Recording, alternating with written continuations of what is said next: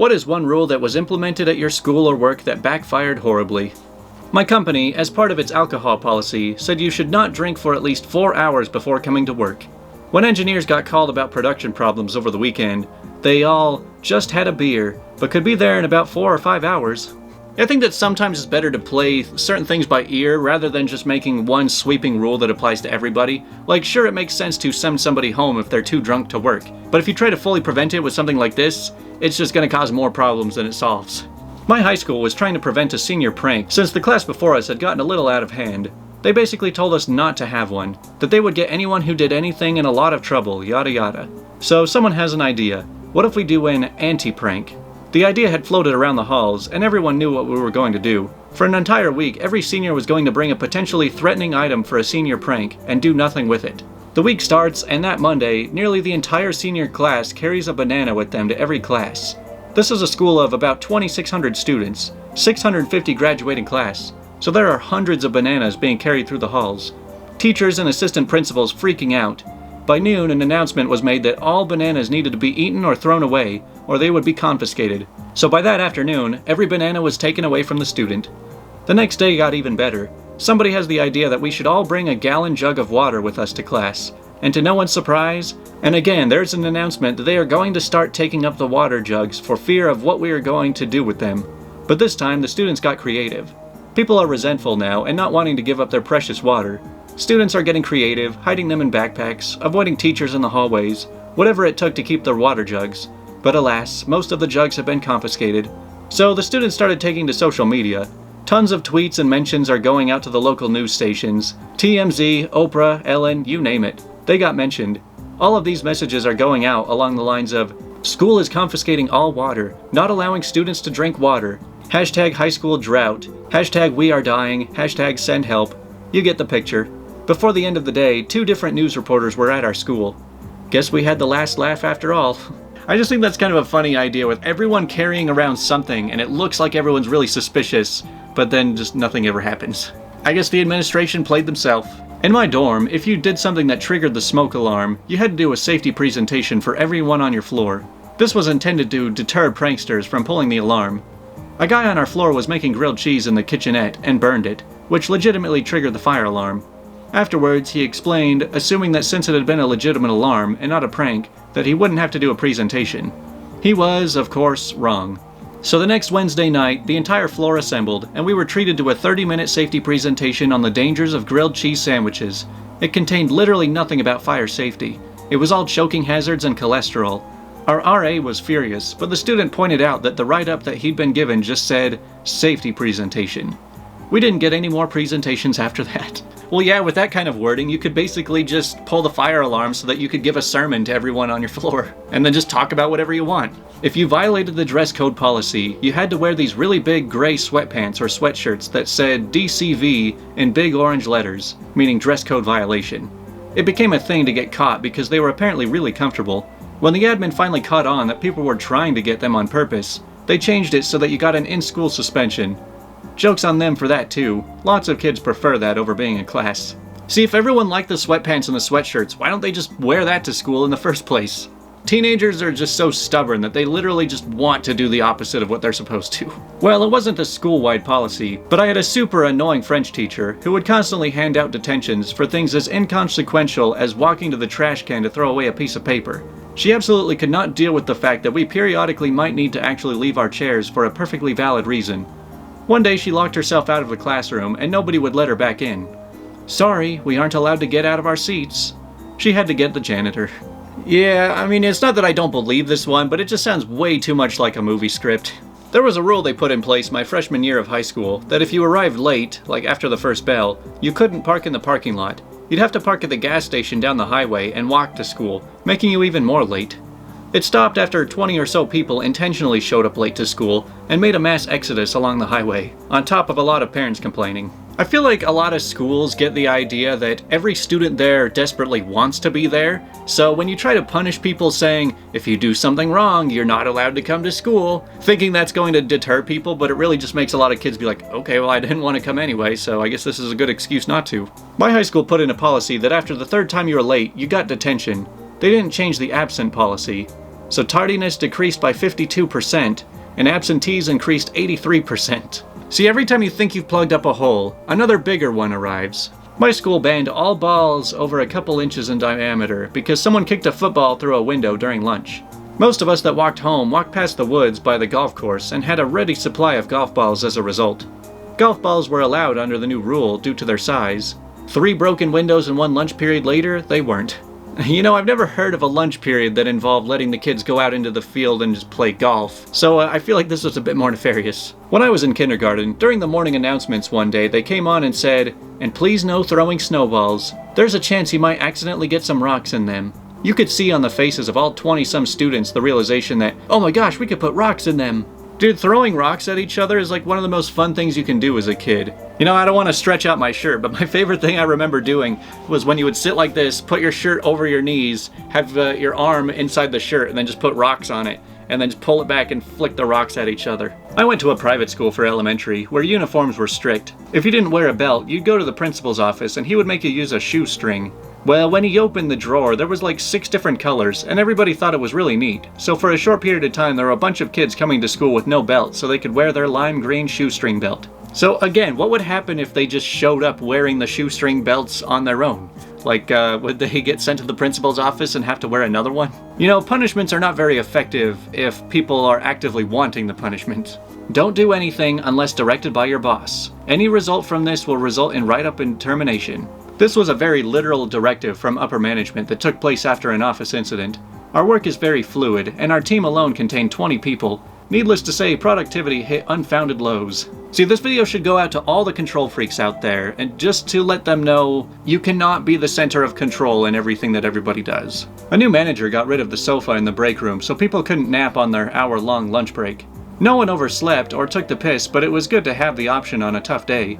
A stoner guy started sleeping in other places, including in between walls and in the warehouse. That's when we started losing him and couldn't find him, as he'd go in deeper sleep and was less likely to be disturbed.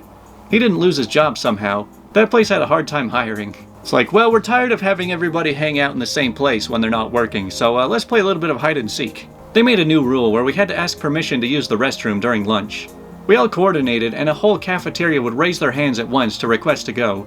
They responded by sending us 2 at a time. We did this for a few days, then changed our procedure to everyone just getting up at once and going to the restroom without permission. They didn't ever officially do away with the rule, but the teachers on duty in the lunchroom eventually just stopped enforcing it. You know, I'm mostly just amazed that these kids are able to get so many people to just go along with things. You ever realize just how difficult it is to get just a group of people to all work together under one goal and all just agree to go along with it? No running during recess. It was made because some kid in 2nd grade ran and tripped.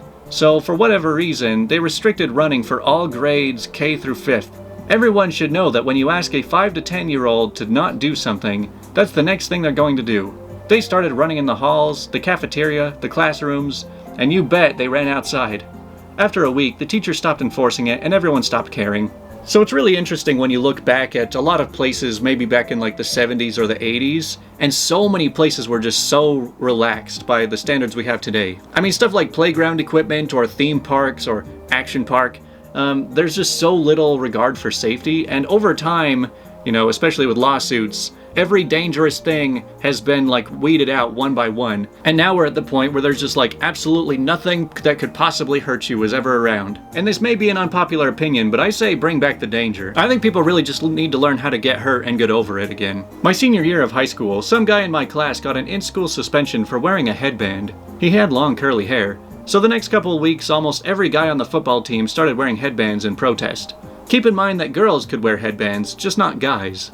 No one really understood this rule. Do you guys remember in the video I had last week, I don't even remember which one, but there was a politician that was just like, yeah, there are so many bills that we don't even read them at this point. We just sign whatever comes through, so we don't even know how many laws we've passed. A lot of the rules that have showed up in this video kind of feel like those kind of rules. Just like, nobody knows who made it, but I mean, it is a rule, it's written down, so I guess we have to follow it. Our school made it so you couldn't play dodgeball anymore. So what happened was that in the gym, the teachers came up with this new game called Fireball. The rules are, there are balls in the middle of the gym, people go on 2 separate teams, go for, and if you get hit, you're out. If you catch a ball, okay, so it was basically dodgeball.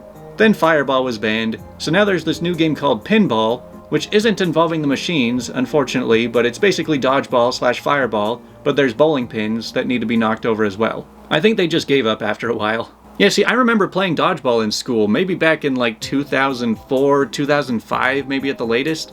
And again, that's another thing that all these stupid safety regulations have to just do away with everything that could be fun. Overtime is paid in free time instead of money. 3 people quit so far, more people planning to. No new hires to be found. It's probably just a matter of time before the shop closes down. What does that mean, being paid in free time? Do they just give you hours at work where you can just sit and play video games instead? I used to work for a production company that employed a lot of really skilled, award-winning editors. There were producers and executives and directors, but the real money makers, the people who really made the company, were the editors. So the company was basically centered around them. The executives would always order in food for the editors, and the editors would usually eat in their offices while doing their thing. One day the executives decided to cut paid lunches to save money. The editors all thought this was a jerk move, so they'd go out for lunch and sometimes stay out for like 3 hours. There was nothing the company could do, really, because these editors were top of their game, and if Warner Bros. Heard that the editor they always used had left, they might leave too.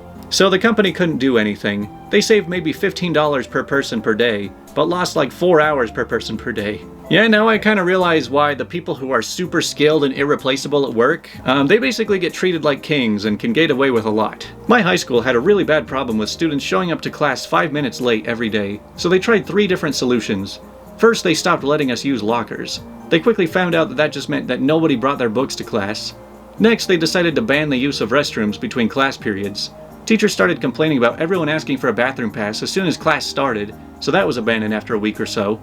Lastly, one week they made a ton of announcements Monday through Wednesday that all students were to be on time for class. Then on Thursday they suspended any student who was late for insubordination. Turns out that included half of the football team. This occurred right before the biggest game of the year. So yeah, they gave up that as well.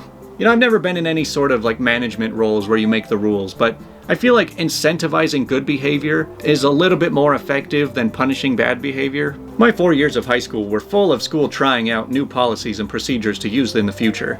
My sophomore year, my school decided to make tests count for 100% of the grade and homework count for 0%, but it was still assigned. And as you'd expect, kids did absolutely no homework. The ones that didn't retain information well, or were bad test takers, struggled pretty hard to make the grade without homework paddling it. Our failure rate was pretty high that year. Then my junior year, they brought homework grades back and made a new rule that there were no due dates, nor penalties for turning in late work for your 6 weeks, since we didn't do quarters. As long as it was before the next 6 weeks started, you were good. This led to students doing no homework until the last few days of the 6 weeks, and teachers had to accept and grade them all before grades were due. This put teachers under immense stress by causing them to work insane hours and spending every hour at home grading, which made them very irritable and more likely to just shove pointless activities and busy work at us until they could finish grading. You know, it's crazy just how long we've had public schools, and yet still they just have not seemed to figure it out. In high school, took all of the stall doors off the boys' bathroom because of graffiti or something, so I started pooping in the bathroom near the office. After a couple of times of the superintendent coming in while I was doing that, all the doors were put back on. Is that even legal to take all of the doors off the stalls? If you return a library book late, your parents would have to return it and explain why it's late. It worked about as well as you would think. The rule lasted a few months before they figured it wasn't worth the cost of replacing all the books. So they want the parents to come in and explain why it's late? Like, what kind of answer are they expecting? My school tried to enforce a no standing still or sitting policy at recess, because if we weren't moving, we were surely spreading gossip. Man, imagine going to a school with all of these rules implemented. So you're not allowed to run, but you're also not allowed to stand still or sit. I've told this story before, but my high school tried to crack down on people wearing their ties too short, as was the fashion. It got to the stage where anything except completely pristine uniforms would get you a detention, which, coming up to exam season, was one more thing we didn't want to deal with. In protest at what was widely seen as a ridiculous rule, ties started getting longer and longer. 1 foot, 2 feet, 2.5 feet, as long as people could get them. It culminated in one girl sewing 2 ties together in a 5-foot beast that trailed on the floor as she walked, and resulted in the deputy head having a screaming fit one day about how disrespectful we all were to the uniform codes. After that, the teachers quietly gave up on the new hardline approach to uniforms, and everything went back to normal. Man, I'm so glad I never went to a school that had any kind of uniforms. Like, are you supposed to just do laundry and wash the same outfit every single day? And what do you do with all the other clothes that are in your dresser? Our school has this day where you can wear pajamas to school, but you have to pay $1 to do it. Everyone started wearing pajamas to class anyway, saying it's what they normally wear, and didn't pay. The school got rid of PJ Day. Well, I'm sorry to say, but none of you are getting $1 for this. We got a new manager for our office. She was an outside hire and was trying to prove herself quickly, and she was obsessed with efficiency. So her first week here, she sent out this very rudely worded email about employees eating at our desks. We have a very small break area, 4 tables, and have about 300 employees here, and that we all had to stop eating at our desks because it was not efficient to eat and try to work at the same time. Through a coordinated effort by some of the more sassy people at the office, they all had their lunches at the same time and filled the break room with about 90 people, elbow to elbow, and they all ate standing up. Literally, the next day after that happened, she sent out a follow-up email saying that we could eat at our desks, but she advised us to take a break from our work from time to time. It was pretty funny. So wait, you're still working during your lunch break and they're getting mad that because you're eating, you're not working as fast as you should be? My dad was a corpsman with the Marines doing a high desert training in the Mojave. They had a big problem with unidentified snake bites, i.e. people would get bit but not identify the snake, so it was hard to find the right antidote. So my dad got all the Marines in a room and said, if you get bit by a snake, bring it back here so we can identify it. Not even a full week later, they had to alter the wording a bit, because a Marine was bit by a rattlesnake and decided to bring it back without killing it. This man had carried this snake all the way back to the base alive, and the snake decided to let him know exactly how he felt about that by repeatedly biting his arm the entire time. Needless to say, that Marine went home, and they made sure to hold another meeting that they told everyone to kill the snakes, then bring it back. Geez, that must have been a pretty tough dude. Rattlesnake bites kill people. But that is everything from our backfiring rules. I feel like about 80% of these were school stories. There weren't a whole lot of work ones. But just a message to all the control freaks out there. The more you try to micromanage and control people, even if it doesn't cause immediate problems, people are going to resent you, and you will never get the full power that you always wanted.